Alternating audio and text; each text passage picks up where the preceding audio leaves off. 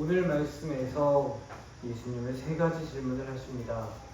읽지 못하였느냐, 먹지 아니하였느냐, 읽지 못하였느냐 라고 하시면서 구약 성경의 말씀을 인용해서 말씀하고 계십니다. 마태복음을 기록한 마태는 구약 성경을 잘 알고 있는 사람이었습니다. 이걸 받아서 처음으로 읽고 있는 마태 교회의 사람들도 역시 구약 성경을 잘 알고 있었습니다. 저는 조금 헷갈리니까 구약 말씀을 같이 보면서 오늘 우리에게 주신 말씀을 함께 읽어보도록 하겠습니다. 오늘 예수님은 밀밭 사이길로 가고 계십니다. 우리 교회 마당에 얼마 전까지 보리가 가득 익어 있었던 것처럼 밀이 잘 익어가고 있던 때였습니다. 제자들이 배가 너무 고파서 옆에 있는 밀을 조금 잘라서 먹었습니다. 서리를 해먹은 것입니다. 엄연히 말하면 도둑질입니다. 그렇다면 바리새인들이 문제를 삼은 것이 이 서리 해먹은 것 때문일까요? 여기 나오는 바리새인들은 그 어원을 쫓아가 보면 바리새, 그러니까 분리되었다라는 뜻입니다. 나는 율법을 잘 지키면서 사니까 그냥 사는 너희들과는 다른 사람이다. 너와 나는 분리된 사람이다 라는 뜻을 지닌 단어입니다.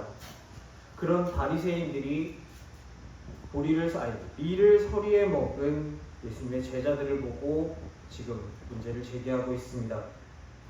신명기 23장 25절은 이렇게 기록합니다. 내 이웃의 곡식밭에 들어갈 때에는 네가 손으로 그 이삭을 따도 되느니라. 그러나 내 이웃의 곡식밭에 낫을 대지는 말지니라. 조금 서리를 해먹는 것은 의외로 율법에서도 허용된 것이었습니다. 당시에는 오늘날과 같이 발전된 농사기술이 있지도 않았고 비료도 지금처럼 좋지도 않았고 종자 개량도 되지 않았습니다. 당시의 부는 특권층 일부에만 편중되어 있었습니다.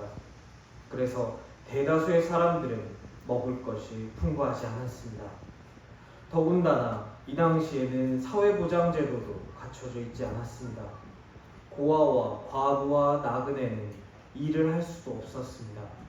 그래서 배가 고파서 사람이 죽는 이삭을 조금 잘라 먹는 것을 율법에서도 허용하고 있었습니다. 룻기에서 보아스가 보리밭 귀퉁이는 자르지 말고 남겨두라 종들에게 명령한 것이 이 말씀 때문입니다. 어려운 사람을 위한 자비가 한 사람의 호의에 의존하지 않도록 하나님께서 미리 아시고 명령하셨기 때문입니다. 보아스처럼 좋은 사람들이 있다면 고아와 과부들이 먹을 것이 조금이나마 생기겠지만 언제나 보아스 같은 지주만 있는 것은 아니기 때문입니다. 지주들의 마음이 바뀌어 귀퉁이까지 추수하다 떨어진 보리까지 싹 추수해 간다면 룻은 먹을 것이 없어 살아남지 못했을 것입니다. 하나님은 이삭을 줍는 자뿐만이 아니라 농사 짓는 자도 생각해 주십니다. 힘이 없는 사람과 선한 사람은 동의어가 아니기 때문입니다. 약자가 자기의 약함을 무기로 1년 동안 땀 흘려 농사 지은 것을 다 훔쳐갈 수도 있기 때문입니다. 그래서 이웃의 곡식을 조금 손으로 따먹어도 되지만 이웃의 곡식밭에 낫을 대지 못하게 하십니다. 신명기 23장 우리가 방금 읽었던 그 말씀을 보면 서리에 먹은 것 그 자체는 문제가 되지 않습니다. 문제가 된 것은 서리를 한 그 날이 안식일이라는 것입니다. 안식일은 우리의 한식처럼 한식날처럼 전날 해놓은 음식을 먹고 안식을 하며 율법을 공부하는 날이었습니다. 밥을 하려면 불을 피우고 재료를 준비하는 일을 해야 되는데 일을 한다는 것은 명령한 안식에 어긋나기 때문입니다. 그러면 먹을 것도 별로 없고 그날 밥도 못 하는데 굶으면 안 되나 싶지만 일반적으로 안식일에 금식은 하면 안 됐습니다. 오늘 등장한 바리새인들의 주장은 이렇습니다. 출애굽기 34장 21절 너는 엿새 동안 일하고 일곱째 날에는 쉴지니 밭 갈 때나 거둘 때에도 쉴지니. 출애굽기 말씀에 따르면 안식일에는 추수를 하면 안 됩니다. 그런데 너네 지금 추수했잖아. 이삭 잘라 먹은 거 그게 추수다 라는 것이 오늘 말씀에 등장하는 바리새인의 주장입니다. 이런 바리새인들을 향해 우리 예수님께서 말씀하십니다. 다윗의 경우를 읽지 못하였느냐. 사무엘상 21장에는 다윗이 자신을 죽이려 하는 사울을 피해서 도망치는 이야기가 등장합니다. 다윗이 몸만 가까스로 도망 나와서 노비라는 곳에 도착합니다. 다윗은 무기도 없고 장비도 없고 당장 먹을 것도 없습니다. 다윗은 제사장 아히멜렉에게 갑니다. 아히멜렉은 자신에게 온 다윗을 보자마자 두려워서 떨었습니다. 사울왕이 죽이려고 눈에 핏발을 세우고 쫓아다니는 사람이 자기 앞에 나타났기 때문입니다. 다윗은 자신에게 요구하는 것을 다윗이 제사장인 나에게 요구하는 것을 거절하면 다윗이 날 죽일지 모릅니다. 나의 앞에 선 다윗은 장군입니다. 골리앗도 쓰러뜨린 그가 제사장 하나 처리하지 못할 리가 없습니다. 만약 제사장인 내가 다윗을 숨겨주거나 뭔가 도움을 준다면, 그리고 그것을 사울 왕이 알게 된다면 사울은 나를 반드시 죽일 것입니다. 내가 이 앞에 있는 다윗을 도와줘도 죽고 도와주지 않아도 나는 죽습니다. 그래서 제사장 아히멜렉은 다윗을 도왔을 때 떨었습니다. 그는 다윗에게 묻습니다. 왜 이곳에 오셨느냐고. 다윗은 비밀 임무다라고 둘러대며 먹을 것을 요청합니다. 제사장 아히멜렉은 그에게 지금은 다른 떡이 없고 거룩한 떡만 있다라고 대답합니다. 이 거룩한 떡이 무엇인지는 레위기 24장 9절에 나와 있습니다. 이 떡은 아론과 그의 자손에게 돌리고 그들은 그것을 거룩한 곳에서 먹을지니 이는 여호와의 화제 중 그에게 돌리는 것으로서 지극히 거룩함이니라. 이는 영원한 규례니라. 이 떡, 우리 기준으로 빵입니다. 무교병입니다. 지난번에 보여드렸던 둥글럽적한 피타빵 같은 모양이었을 겁니다. 이것은 안식일에 하나님 앞에 따뜻한 상태로 올리는 제물이었습니다. 이 빵을 먹을 수 있는 사람은 아론과 그의 자손들, 그러니까 제사장뿐이었습니다. 이 빵을 먹을 수 있는 장소도 거룩한 곳으로 한정되었습니다. 다윗은 어쩔 수 없는 상황에서 이것을 먹었습니다. 안식일 규정이 있습니다. 원래 어기면 안 되지만 규정에 예외가 있습니다. 그 예외는 위기에 처한 생명을 구해야 할 때입니다. 다윗도 어쩔 수 없는 상황에서 그 떡을 먹은 것을 바리새인은 성경을 읽어서 알고 있습니다. 예수님의 제자들도 지금 어쩔 수 없는 상황에서 먹은 것이기 때문에 예외에 해당한다. 이것이 3절과 4절에서 예수님께서 하신 말씀입니다. 바리새인들은 여기서 예수님의 말을 끊고 이렇게 대답하고 싶었을 것입니다. 그래, 예외는 있지. 그런데 이번 것도 그 예외냐? 난 아니라고 보는데 너네 지금 율법 어긴 거 맞는 거 같은데? 라고 바리새인들은 밉살맞게 이의를 제기하고 싶었을 것입니다. 그래서 예수님이 5절에서 이어서 말씀하십니다. 민수기 28장 9절에서 10절, 성경의 주석으로 달려있는 경우도 있습니다. 민수기 28장의 내용은 제사장이 성전 안에서 제사 준비를 하는 내용입니다. 제사장은 제사를 위해서 안식일에도 제사 준비를 합니다. 일입니다. 제사를 위해서 불도 피웁니다. 명백히 안식일법을 어긴 것입니다. 그런데 그가 제사장이기 때문에 이것은 죄가 아닙니다. 제사장도 안식일을 쉬게 된다면 제사를 드릴 사람이 없기 때문입니다. 그래서 허용되는 일입니다. 안식일에 우선하는 상위법 개념입니다. 너희가 이것을 율법에서 읽지 못하였느냐? 예수님은 바리새인들에게 묻고 계십니다. 성전에서 섬기는 일이 안식일의 개념보다 우선한다. 성전보다 더 큰 이가 여기에 있다 말씀하십니다. 이 말씀은 성전보다 더 큰 이로도 해석되고 성전보다 더 큰 것으로도 해석됩니다.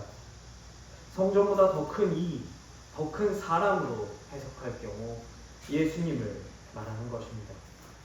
예수님은 더 이상 죄를 지을 때마다 성전에서 죄를 지은 나 대신 다른 동물을 죽여가면서 속죄해야 하는 것을 영원히 끝내러 오셨습니다. 예수님이 하실 일을 다 마치고 십자가에 달려 돌아가실 때 성전 휘장이 갈라지면서 성전과 성전이 아닌 곳의 경계가 사라졌습니다. 이는 높은 산이 거친 들이 초막이나 궁궐이나 내 주 예수 모신 곳이 그 어디나 하늘나라이며 성전이다 라는 선포입니다. 그렇기에 예수님은 성전보다 큰 분이십니다. 성전을 섬기기 위해서 안식일 계명을 어길 수 있다면 성전보다 더 큰 예수님을 따르기 위해서도 계명의 예외가 적용될 수 있을 것입니다. 두 번째로 성전보다 더 큰 이가 아니라 성전보다 더 큰 것으로 해석하면 이는 하나님의 뜻을 의미합니다. 하나님의 뜻은 제사보다 자비를 원하신다라는 것입니다. 성전은 하나님을 위하고 하나님의 뜻을 위한 것입니다. 하나님의 뜻이 안식일 계명보다 우선하는 것은 당연한 것입니다. 제자들이 율법을 어겼다고 예외 적용이 안 된다고 여기 성전보다 더 큰 예수님이 계신다.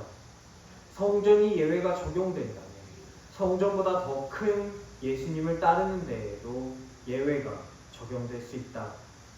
안식일 계명보다 하나님의 뜻, 하나님의 자비가 더 우선이다.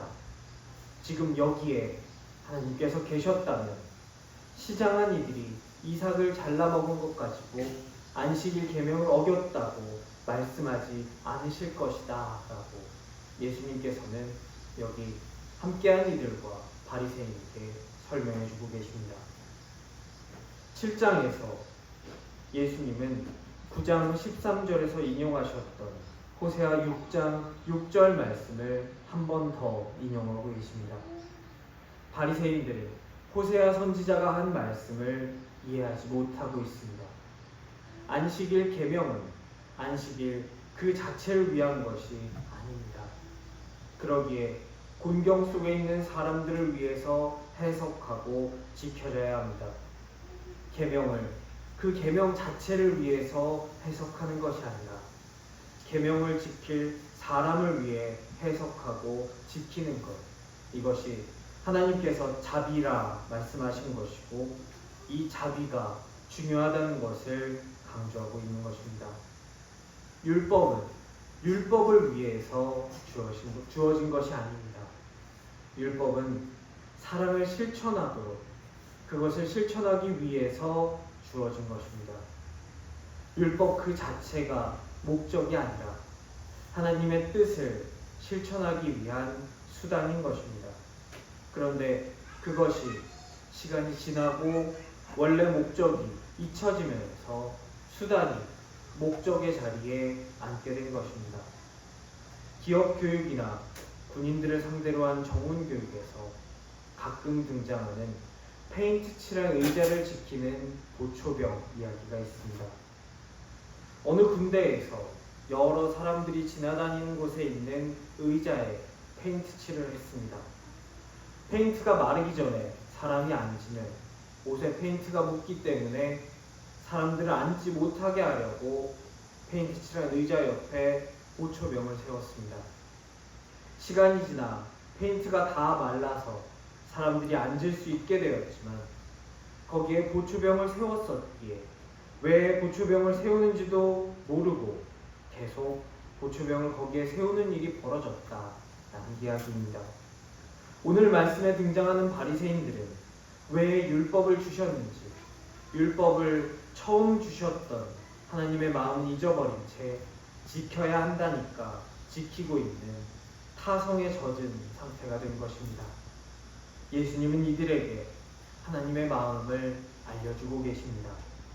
어떻게 안식일을 지킬 것인가? 라는 질문에 하나님의 뜻을 실천하면서 거룩하게 지켜야 한다 대답하십니다. 그렇다면 하나님의 뜻은 무엇입니까? 자비를 베푸는 일입니다. 안식일은 하나님의 자비의 표현이지 사람들의 손발을 묶고 자유를 빼앗기 위해서 존재하는 것이 아니기 때문입니다. 그렇다면 이것을 계명으로 주신 이유는 무엇일까요? 신명기 5장 14절은 이렇게 말씀합니다. 일곱째 날은 내 하나님 여호와의 안식일인즉 너나 내 아들이나 내 딸이나 내 남종이나 내 여종이나 내 소나 내 나귀나 내 모든 가축이나 내 문 안에 유하는 객이라도 아무 일도 하지 못하게 하고 내 남종이나 내 여종에게 너같이 안식하게 할지니라. 하나님이 너의 아들이나 너의 딸이나 남종이나 여종이나 모든 가축이나 객이라도 라고 하나하나 꼼꼼하게 지적하면서 말씀하신 이유는 악한 인간이 나만 지키면 되겠지라고 얌체 같은 생각을 했기 때문입니다. 나만 안식하고 아들이나 딸이나 남종이나 여종이나 가축에게 일을 시키면서 나는 법을 지켰어 라고 착각했기 때문입니다. 세상 모든 것을 지으신 하나님은 안식일을 지키는 그 남자 사람 하나만큼이나 그의 아들이나 딸이나 종이나 나그네나 짐승도 소중하게 보시는 것입니다. 우리도 그러한 시선으로 하나님의 마음으로 다른 이들과 세상을 바라보라는 말씀입니다. 우리는 안식일의 주인을 따르는 제자이기 때문입니다. 안식일의 주인이 그렇게 보시면 우리도 그렇게 보고, 안식일의 주인이 그렇게 생각하시면 우리도 그렇게 생각하는 것이 제자가 할 일이기 때문입니다. 오늘은 주일입니다. 오랜만에 반가운 얼굴들을 마주하면서 다른 일도 아닌 예배를 함께 드리고 있다는 사실이 너무나 기쁘고 즐겁습니다. 주일에 함께 예배드리는 일이, 이 교회에 나오는 일이 부담이 되거나 진이 빠지는 일이 아니었으면 좋겠습니다. 교회에서 주일날 일어나는 모든 일이 그랬으면 좋겠습니다. 의무감 때문에 억지로 오는 것이 아니라 하나님 말씀으로 여기서 충전되어서 다시 세상으로 돌아가는 그런 즐거운 시간이었으면 좋겠습니다. 아이들이 주일학교를 기다리고 기대하면서 오늘은 뭘 할까? 어떤 재밌는 것이 있을까? 기대하는 것처럼 말입니다. 드라마 예고편을 보면서 다음 주에는 무슨 내용이 나올까 기다려지는 것처럼 말입니다. 우리의 주일도 그렇게 기다려지는 날이 되도록 하고 싶습니다. 함께 동참해 주시기 바랍니다. 이를 위해 함께 기도하고 함께 노력해 주시기 바랍니다. 안식일의 주인의 제자로 바로 설 수 있는, 안식일의 주인이 보는 대로 보고 안식일의 주인이 생각하는 대로 생각하는 저와 여러분 되실 수 있기를 간절히 축원합니다.